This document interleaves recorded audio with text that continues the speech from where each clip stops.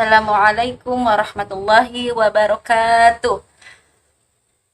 Alhamdulillahirabbil alamin wassalatu wassalamu ala asrofil anbiya'i wal mursalin wa ala alihi washabbihi ajma'in. Amma ba'du.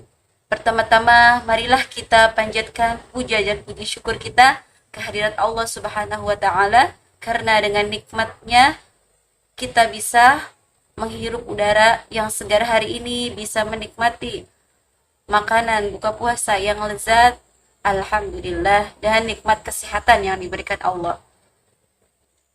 Hari ini Ibu akan menjelaskan tentang kisah Harun al-Rasyid, ya. Mungkin sudah tidak asing lagi tentang kisah Harun al-Rasyid, ya. Tetapi kalau sudah mendengarkan, ya lebih untuk kita membangun jiwa semangat untuk berjuang di jalan Allah dan meningkatkan iman kita kepada Allah, ya. Harun al-Rasyid adalah khalifah yang kelima pada dinasti Abbasiyah. Beliau memimpin pada tahun 786 Masehi sampai 809 Masehi. Puncak kejayaan yang patut ditiru dari Khalifah Harun al-Rasyid adalah sosok raja yang besar, menjalin hubungan yang harmonis dengan para ulama, kemudian dengan ahli hukum, dengan para penulis, dan para seniman serta qori. Nah, Harun al-Rasyid sering mengundang para tokoh profesional ini dan tokoh ahli-ahli hukum atau wali ulama ini untuk mendiskusikan berbagai macam permasalahan, ya. Harun al-Rasyid menghargai semua masyarakatnya sehingga masyarakatnya ini begitu menghormatinya dan begitu patuh dan sangat mencintainya.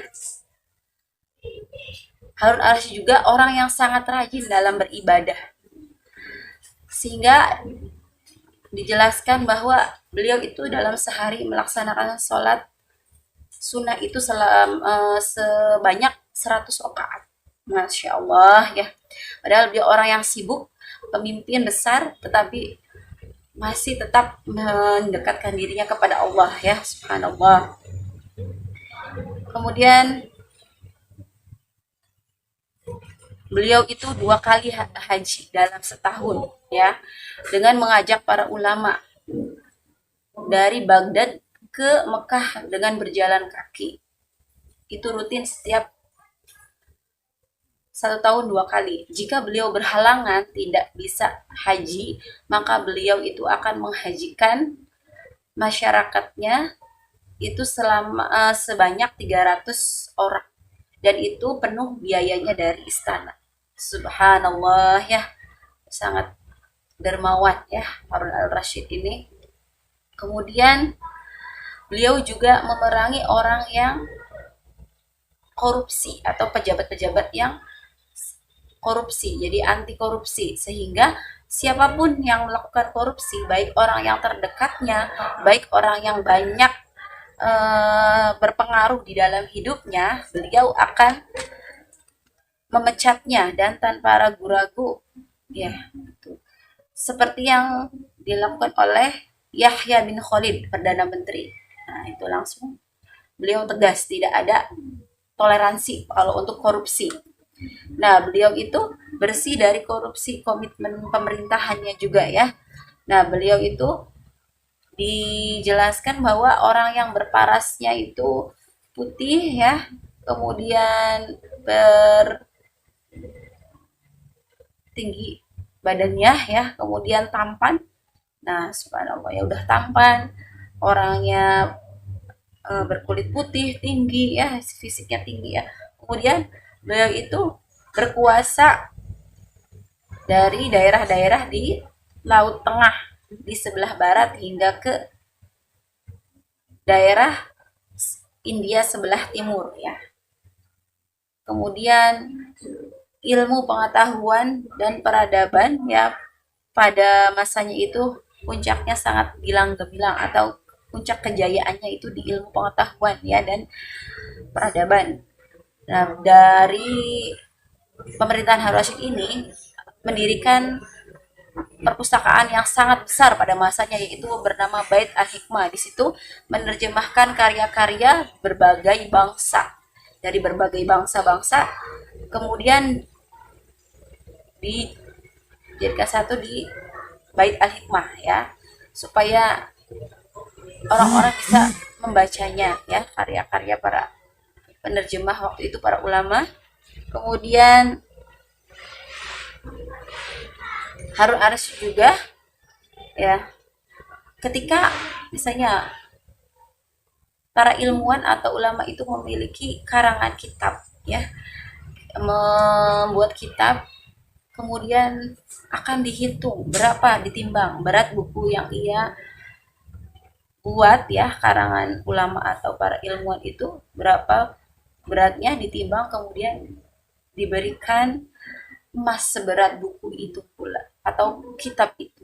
Subhanallah ya, begitu sangat menghargai kepada para ulama ya, menghargai, menghormatinya ya, itu tidak apa ya, tidak memandang sebelah mata, tapi sangat beliau menghargai karya-karya dari ulama-ulama ataupun dari ilmuwan. Nah, kemudian bisa pada masa Harun Rasyid juga ya, para pelajar-pelajar yang cerdas ya, nah itu akan ditempatkan di asrama ya, dan gratis sekolahnya, dan akan diberikan uang saku. Subhanallah. Jadi pemerintahan pada masa Harun Rasyid ini banyak yang merasa aman, damai, dan senang karena rajanya anti korupsi, kemudian tadi cinta dengan ilmu pengetahuan, sehingga jika kita memiliki ilmu pengetahuan, insya Allah kita akan menggenggam dunia di tangan kita. Nah, itu namanya Harun Ar-Rasyid ini juga diabadikan ya dalam buku 1001 Malam ya, sebagai pemimpin yang dikenal sepanjang masa ya, yang amat populer ya. Kemudian beliau itu wafat pada usia 46 tahun, masih terbilang muda ya. Tetapi subhanallah ya, jasa-jasanya masih dirasakan sampai sekarang ini ya, masih dikenang juga karena khalifah yang adil, khalifah yang pemberantas korupsi dan cinta ilmu pengetahuan, dan menghargai para ulama, menghargai masyarakatnya, sehingga tidak ada yang tidak cinta kepada beliau. Subhanallah. Mari kita tiru sikap Harun Al-Rasyid ini sebagai pemimpin. Walaupun kita belum menjadi pemimpin, kita akan menjadi pemimpin untuk diri kita sendiri, baik untuk keluarga kita ya. Jadi kita harus meniru ya sikap Harun Ar-Rasyid ini ya, walaupun masih kita jauh dari kesempurnaan, tapi setidaknya kita bisa ada yang ditiru dari beliau ya, misalnya cinta ilmu pengetahuannya ya, atau yang lainnya ya, kita bisa tiru dan kita bisa laksanakan. Semoga kisah Harun Ar-Rasyid ini bisa bermanfaat untuk kita semua, walaupun hanya sangat singkat, sebenarnya masih banyak ya penjelasannya. Apabila ada salah kata, saya mohon maaf. Wabillahi taufiq wal hidayah. Wassalamualaikum warahmatullahi wabarakatuh.